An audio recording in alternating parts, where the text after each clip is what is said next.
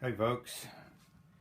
Alright, this evening I'm going to shoot a little video about the Aqua-View camera. It's called a multi-view, and this particular camera is made to hook up to any fish finding depth finder unit, any type of unit that has video in. Okay.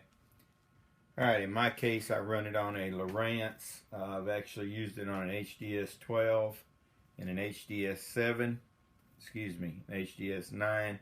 This particular unit's going on an HDS 7.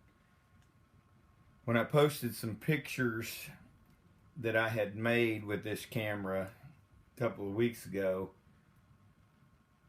someone left a comment on a share to another Facebook page that they would like to see how to install the camera. So that's what I'm going to show you today. I'm going to show you what comes with the camera. I'm going to sort of give you some ideas how to install it. Installation is very simple. You just like anything else though, if you do it right the first time, you don't have to worry about it down the road. Alright, step one. Before I even open the camera, one piece you must have is this Lowrance video adapter. Okay, let me unwind this adapter here. Alright, this particular cable is, I don't know, maybe you can see it all. This particular cable is probably 2 feet long. Okay, one end of this cable splices into your present power cord on your Lowrance, on your HDS, is Gen 2 or Gen 3. And the other end of the cable goes into the back of your unit. This end of the cable will splice in. For example, if this is the power cord end on a Lowrance, this unit just simply splices together like that. So it's basically an extension cable that gives you the capability via an RCA jack to plug in this video camera. Cable's not cheap, I don't think. Cable's $50, but then again, if you're buying this video system, you know, I don't guess you're worried about $50 more. But this is the cable we use with Lowrance. I'm not familiar with it with any other system. The part number, whoop, let me see if I can get that in the frame, get it focused. The part number right there is 000-11010-001. That is a Lowrance part number. As usual, if you're interested in any of this stuff, just leave me a message on the Facebook page and I'll be glad to get back to you. Okay. Alright, let's get into unboxing this camera. Well, let's see. Let me get a pocket knife here. Do not try this at home. Don't want anybody to do that and cut a finger and then be calling me. Alright, open up the camera, and first thing we see, let's see, maybe if I turn it this way. Alright, let's pull this out. Alright, this particular device right here is the control box for the camera. Okay.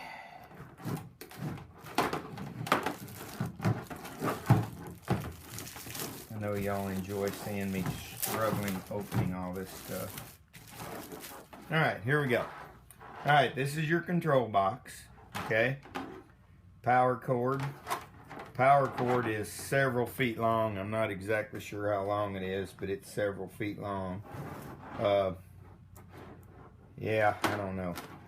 I'm guessing probably 4 feet. Okay. There's your RCA plug.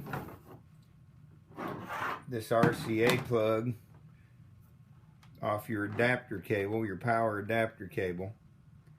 It plugs straight in like this. Okay, that's where you get your video feed. Okay. Alright. This needs to be wired to a 12-volt source. To be honest with you, offhand, I don't remember what the fuse is. I'll look it up and put it in the comments below. I think it was 3 amp, I believe, but I don't remember when I wired the last one up. 12 volt source. This adapter box has a on and off switch on it. Okay, it is not illuminated, so if you turn it on, it won't light this switch up, so it's very easy to leave on. What I would suggest doing is I would tie this to a power source under the console or wherever your power is wired into. I know on some tiller handle boats you don't have a console, but I would power it into a power source that is turned off when you turn the main battery system off. Most boats nowadays, most newer boats, have a main power switch somewhere around the battery where you can just cut the batteries off and it turns all the power off to the boat. I would recommend wiring it in there just in case you forget to turn the switch off. Okay, you're not pulling juice.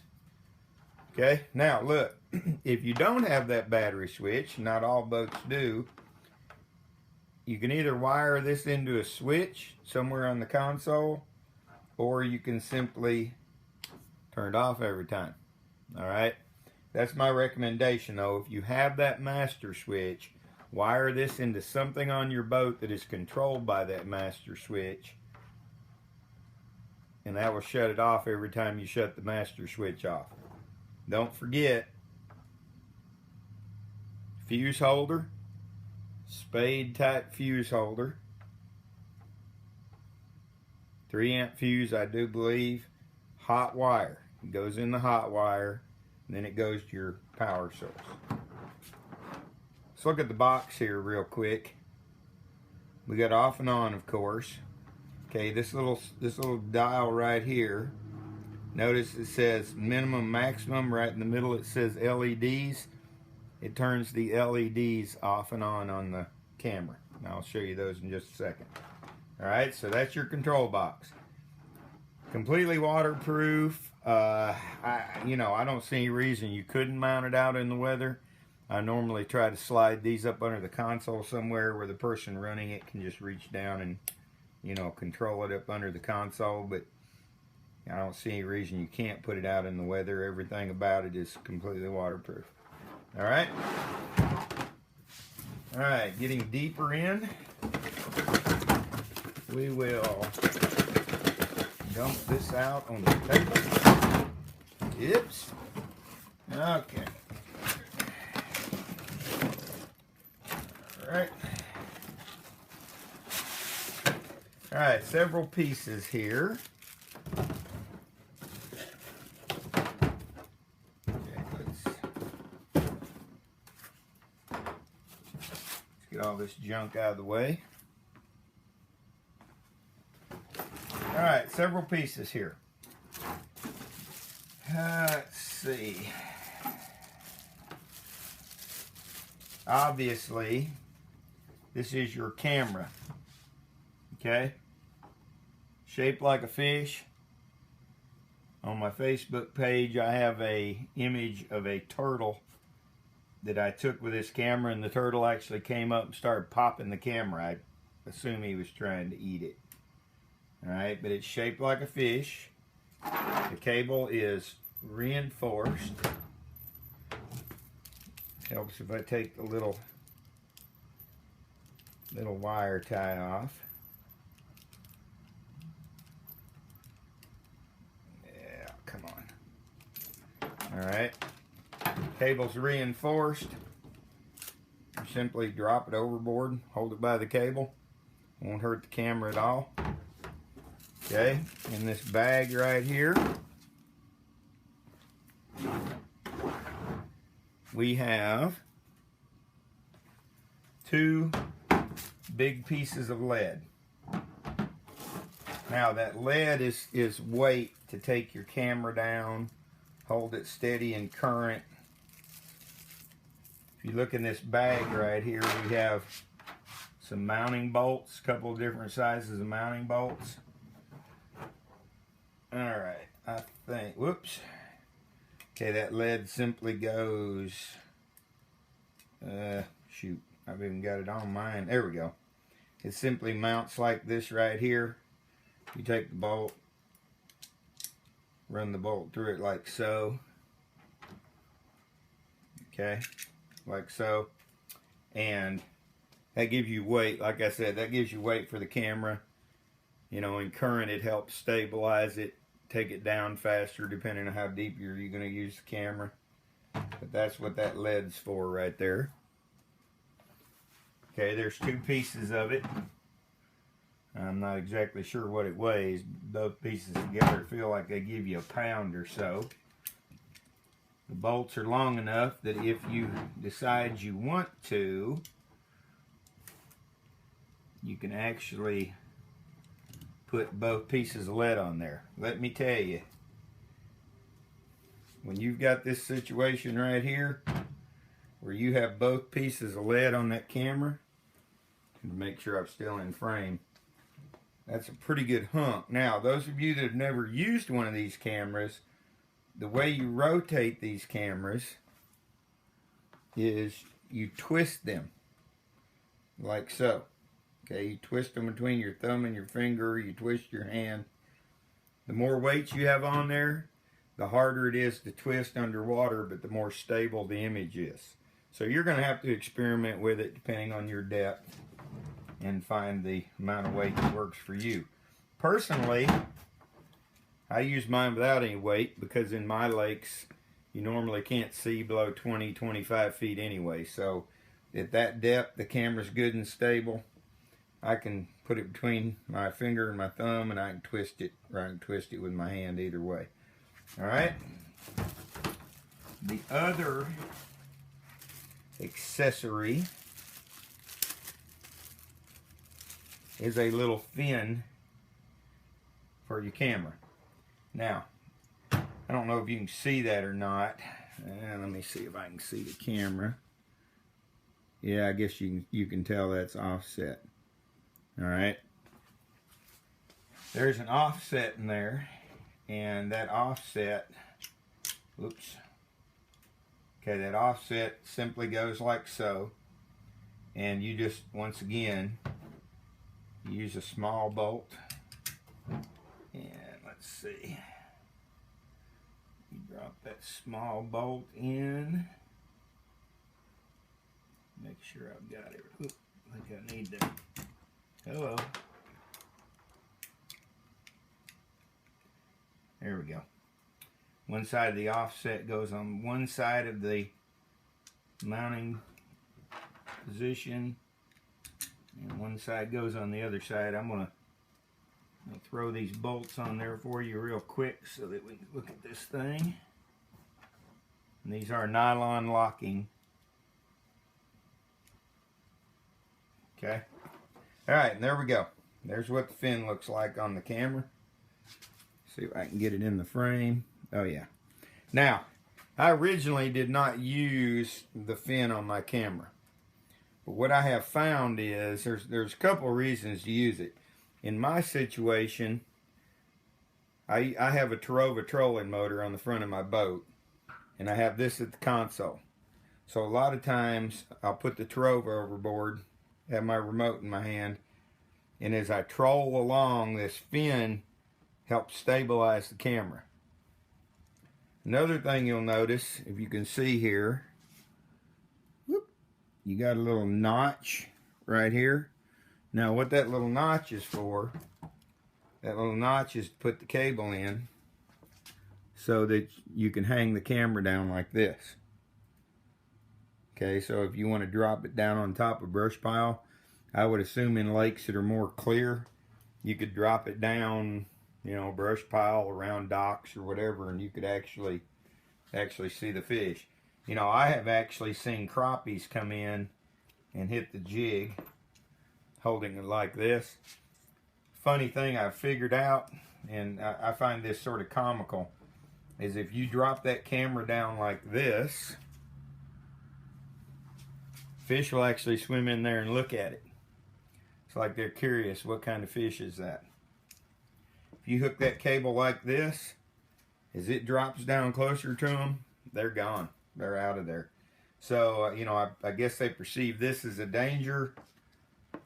They perceive this as just another fish. All right. Okay, and beside the camera, we just have a little coil here, like so. Okay. So that's just to, you know, keep your cable on. I think it has 100 feet of cable on it. I, you know, can't imagine any place that's that clear, but I'm sure there are, just for me. All right, this fitting right here, get all this out of the way. This fitting right here connects to the box. Okay, let's see, where is that? Here it is. All right, right here. This fitting on the cable. Well, they're slotted, simply slide together. And there you go. Your camera connection's complete. Okay. All right, let's do a quick summary here. Quick, how to hook this camera up. All right. You will simply take the video adapter, the Lowrance adapter, right here. Undo your power cord. Put this to your existing power cord. This goes in the back of your unit. Mount your box. And let's just mount the box. Mount your box. Like I said, I try to slide it up under the console, but I think it's completely waterproof. In fact, I know it is. Wire it in to your system somewhere using a spade type fuse holder. I believe it's 3-amp fuse. So you've got that all wired in. That's going to leave 2 cables hanging out. You're going to have your RCA jack hanging out, and you're going to have your cable or your camera connector hanging out.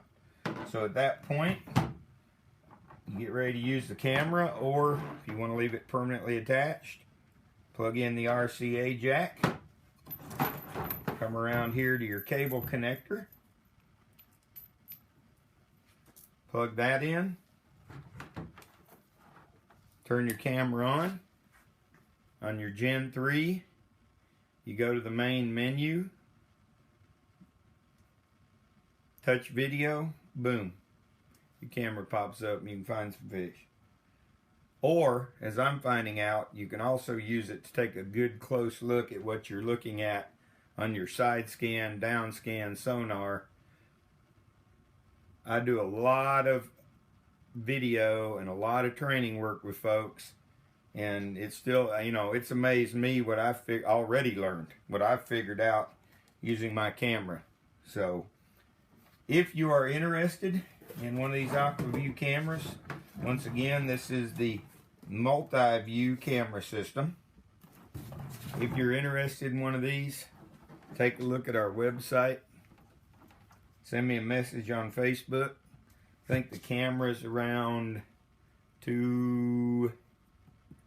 trying to think here. I think it's around $279, $289, and the little video adapter cable for a Lowrance unit is around $50, give or take.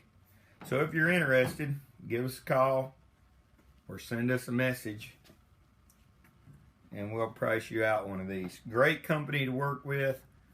I just started selling them this year, and they have been wonderful. Let me tell you, they have been more responsive than I ever would have thought to somebody down south who wasn't even sure it would even work in you know, the dirtier, dingier water we have down here. So, once again, AquaView multi-view camera.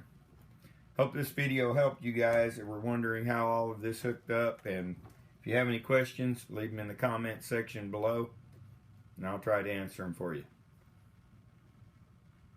next time.